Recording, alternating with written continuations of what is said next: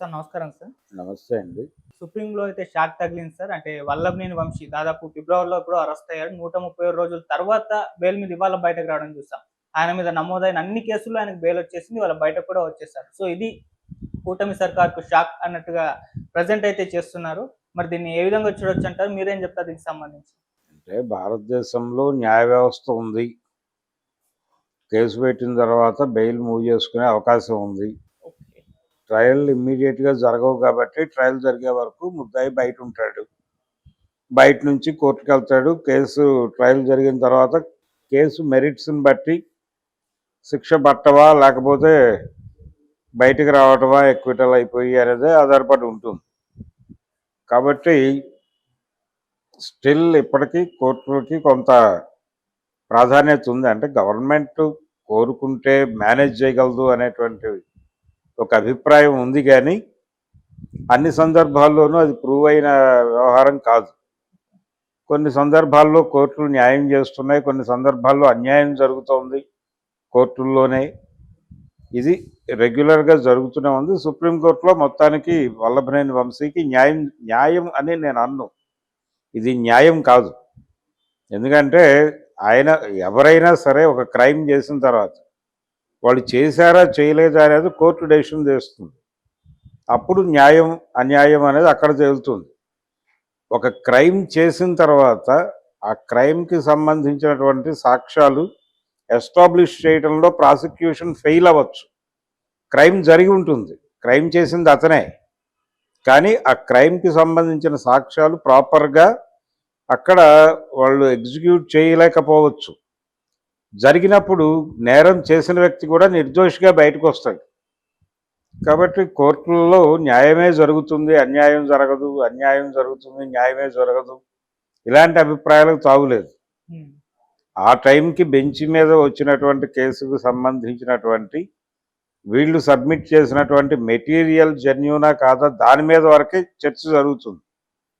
అలా సుప్రీంకోర్టు వీళ్ళు ఇచ్చినటువంటి ఆర్గ్యుమెంట్తో సాటిస్ఫై కాకపోవడం వలన ఎవరైతే అక్యూజ్డ్ ఉన్నారో అక్యూజ్డ్కి ఫేవర్గా జడ్జిమెంట్ ఇష్యూ చేస్తూ బెయిల్ ఇచ్చింది. ఇది కేవలం బెయిల్ మాత్రమే, ఆయన నిర్దోషిగా బయటకు రాలా, బెయిల్ మీద బయటకు వచ్చాడు.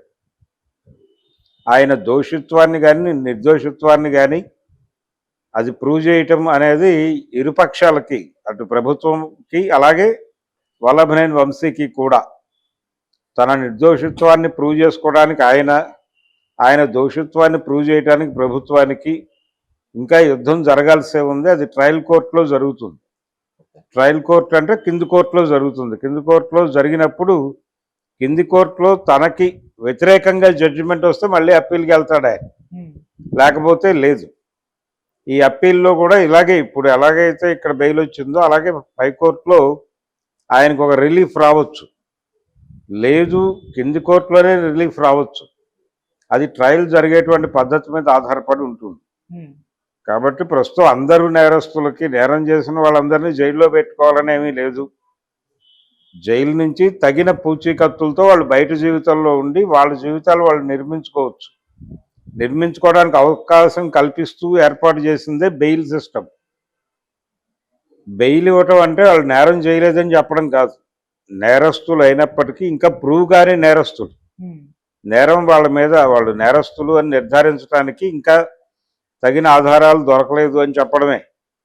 రిమాండ్ ప్రిజనర్గా జైల్లో ఉంటాడు, బెయిల్ మీద ఉన్నటువంటి ముద్దాయిగా బయట ఉంటాడు, అంతవరకు. ఆయన మీద కేసులు ఏం పోలేదు, ఎక్కడికి పోలేదు, కేసులు ఉన్నాయి. జగన్మోహన్ రెడ్డి గారు కూడా బెయిల్ మీదే ఉన్నాడు, చంద్రబాబు నాయుడు గారు కూడా బెయిల్ మీదే ఉన్నాడు. అలా వాళ్ళందరితో పాటు వల్లభనేని వంశీ కూడా బెయిల్ మీద బయట ఉంటాడు. ఈయన మీద పెట్టిన కేసులన్నీ నెమ్మదిగా రేపు పొద్దున్న ట్రయల్ జరిగితే, ట్రయల్లో శిక్షలు పడితే అప్పుడుండే కష్టాలు, అప్పుడుండే కసరత్తులు అప్పుడు ఉంటాయి. కాబట్టి ఆయన ఏదో నిర్దోషిగా బయటకు వచ్చాడు అని అనుకోనక్కర్లేదు, న్యాయం గెలిచింది అనుకోనక్కర్లేదు. ఆయనకి పద్ధతి ప్రకారం కింది కోర్టులోనే బెయిల్ రావాల్సింది, రాలేదు కాబట్టి పై కోర్టుకు వెళ్ళి తెచ్చుకున్నాడు. అంతకు మించి ఈ వ్యవహారానికి పెద్దగా ప్రాముఖ్యత ఉంటుంది అని నేనైతే అనుకోవడం లేదు. సార్ వంశీ విషయంలో ఇక ఇంతటితో ముగిసిపోయినట్టేనా, లేకపోతే ఇంకా కేసులు నమోదా, ఇంకా ఇబ్బందులు పెట్టే అటువంటి ప్రయత్నాలు ఏమైనా జరుగుతాయంటే? పోసన్ విషయంలో సైలెంట్ అయిపోయింది కదా, ఇప్పుడు వంశీ విషయంలో ఏ విధంగా ఉంటుంది సార్? ముగియటం అనేది అలా ఏమి ఉండదండి. అది ముగించదలుచుకుంటే ఇప్పుడు మొన్న కొత్త కేసు ఒకటి ఎస్సీ ఎస్టీ అట్రాసిటీస్ యాక్ట్ ఒకటి వాళ్ళకి కలిసి వచ్చేలాగా ఒక కేసు ఒకటి పెట్టారుగా. ఒక కార్యకర్తను ఎవరినో హెరాస్ చేశాడని, తెలుగుదేశం కార్యకర్తను హెరాస్ చేశాడని, ఇలాంటివి పెడితే పెట్టుకోవచ్చు. లేదంటే ఇక్కడితో ఖతం చేసేసి క్లోజ్ చేయొచ్చు. ఏదైనా జరగచ్చు, ఏదైనా జరగడానికి అవకాశం ఉంది. అంచేత వాళ్ళు ఏదో అతన్ని అంటే వీళ్ళు కన్సిడర్ చేసి వదిలిపెట్టలేదే, కోర్టు కన్సిడర్ చేసి బెయిల్ మీద రిలీజ్ చేసింది అంతవరకే. బెయిల్ మీద ఆ బెయిల్ క్యాన్సిల్ చేయమని ప్రాసిక్యూషన్ అడగచ్చు కోర్టు, కానీ అడిగే పరిస్థితుల్లో కనిపించట్లేదు. ప్రస్తుతం అడ్మిట్ చేద్దాం, బయటికి రాని చూద్దాం అతని పరిస్థితి అన్నట్టుగా వ్యవహరిస్తున్నారు వీళ్ళు కూడా. కాబట్టి ఎలా ఉంటుంది భవిష్యత్తు అనేది చెప్పలేము. Thank you so much sir. Thank you.